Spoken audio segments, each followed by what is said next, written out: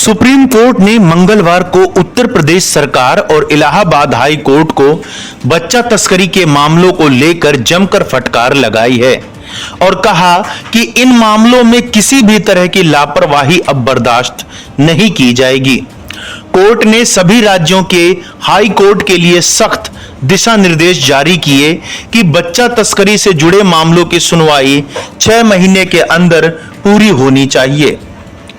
Justice जेबी पारदीवाला और justice R Mahadevan की bench ने साफ किया कि अगर किसी अस्पताल से नवजात चोरी या तस्करी होती है तो सबसे पहले उस अस्पताल का लाइसेंस सस्पेंड किया जाए।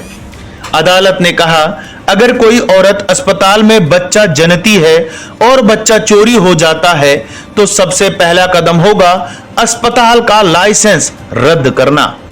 यह सख्त टिप्पणी उस केस के दौरान आई जिसमें उत्तर प्रदेश में एक दंपत्ति को चोरी का नवजात बच्चा 4 लाख रुपए में दिलवाया गया। इस मामले में इलाहाबाद हाई कोर्ट ने आरोपी को अग्रिम जमानत दे दी थी।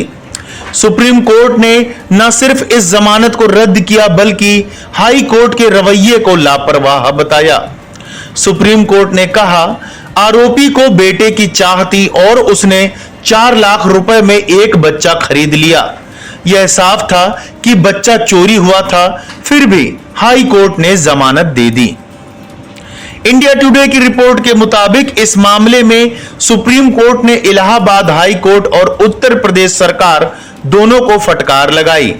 कोर्ट ने आगे कहा कि इस तरह के आरोपियों से समाज को गंभीर खतरा है और हाई कोर्ट को कम से कम यह हुक्म देना चाहिए था कि आरोपी हर हफ्ते थाने में हाजिरी दे। पुलिस अब सारे आरोपियों का पता नहीं लगा पा रही है।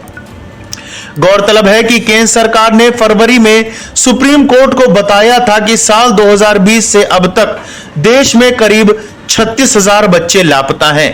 इसके बाद अदालत ने हाई कोर्ट्स को भी निर्देश दिया था कि वे अपने अपने राज्यों में लंबित मामलों की स्थिति की रिपोर्ट मंगाएं और सुनिश्चित करें कि ट्रायल रोजाना चले और 6 महीने में पूरा हो। कोर्ट ने यह भी कहा कि अगर इन दिशा निर्देशों को नजरअंदाज किया गया तो संबंधित अधिकारियों के खिलाफ अदालत की अवमानना की कार्रवाई की जाएगी।